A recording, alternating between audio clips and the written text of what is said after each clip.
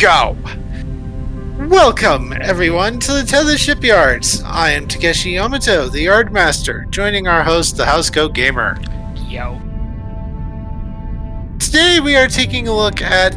We are using Star Trek Bridge Commander to take a look at the Shangri class. Special thanks to MSR 1701 for access to this particular little boat. Yep. And those of you who have seen Star Trek Picard Season 3 will probably notice this thing looks a bit like the Constitution 3. The reason for that is very simple. It was designed by the same man and was actually based off the original USS Shangri-La model, which he designed for a contest way back when. The showrunners of Picard looked at it and went, "This would be pretty good for a new hero boat." Unfortunately, he sold the boat a long time ago, so he had to scramble and Photoshop some things. Yep. This resulted in the Constitution 3 class, and, well, let's get into the lore, shall we? Yes, let's get into the lore for this thing. Because everybody loves me making things up. Anyway. The Constitution class, despite her ubiquity, relatively, and general adaptability, it was showing some problems in other areas. Despite the fact that it could do everything, it couldn't do everything perfectly. So the boys at San Francisco went, "We're gonna have to adapt this design." And so they did. Cutting the saucer section in 2 places, adding more impulse engines, as well as a large superstructure to house more impulse engines, as well as a streamlined engineering section reminiscent of the then struggling Excelsior class program. The Shangri-La class was born. Her role was, to be blunt, to be used as a fast cruiser. What is a fast cruiser, you might ask? Oh lord. You gotta love the fact that that real life likes to screw me over. Yeah. Ignoring the phone. Yeah. A fast cruiser, well, in a way it's similar to a battle cruiser. Outfight anything it can't outrun anything it can't outfight.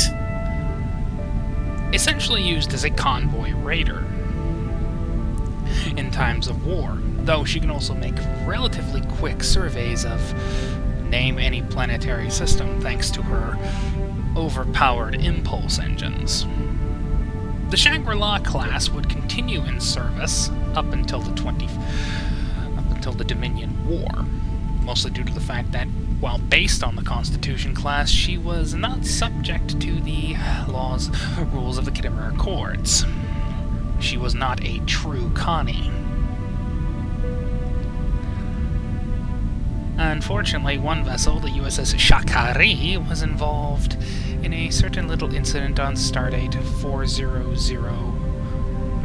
4400.2.1. Wolf 359? Yep. This kind of proved that the class, much like most of Starfleet at this time, was starting to become obsolete. Yeah. The ship's primary purpose around this time was, well, general purpose surveys. She could no longer raid convoys. The peace of the Khitomer Accords had affected everything, and she was not as good as the Excelsior at absorbing upgrades. The class was retired for 3 months before the Dominion War. When it had to get pressed back into service, and while it still served as an effective vessel. It's Well, a match for the bug. That said, one of the few Shangri-La class vessels that survived the war, ironically because it sat in a depot for years. The USS Shangri-La herself was studied at San Francisco after the Mars incident.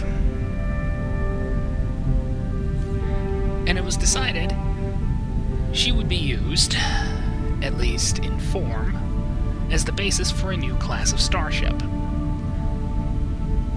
It's gone full circle. Based on the Connie, becomes the Connie. yup. And we all know how that, and we all know what happened there. Yeah. Now, while I shoot Red at alert, things, shields up. Take can stand Yes. us up. Yeah. I will need to be a bit loud because the audio for the game is loud.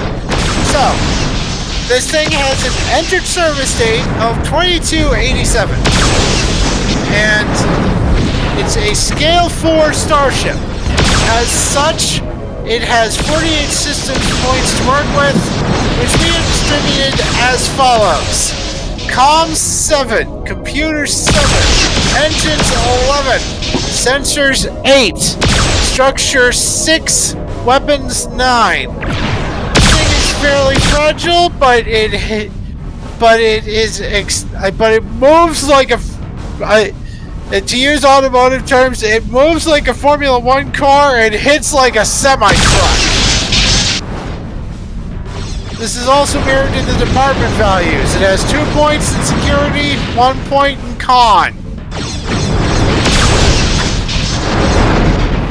For weapons, it has phaser banks, photon torpedoes, and a strength 3 tractor beam. And for talents, it has improved impulse drive and rugged design. For talents, it has Federation Starship. And that's pretty much it.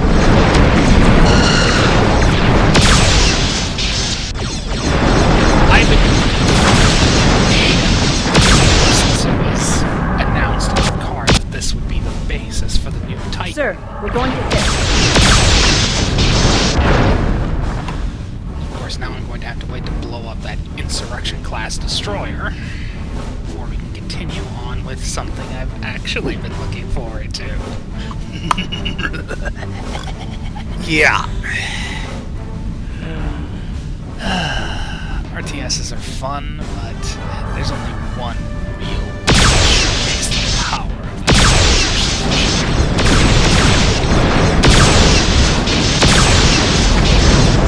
Oh, screw this.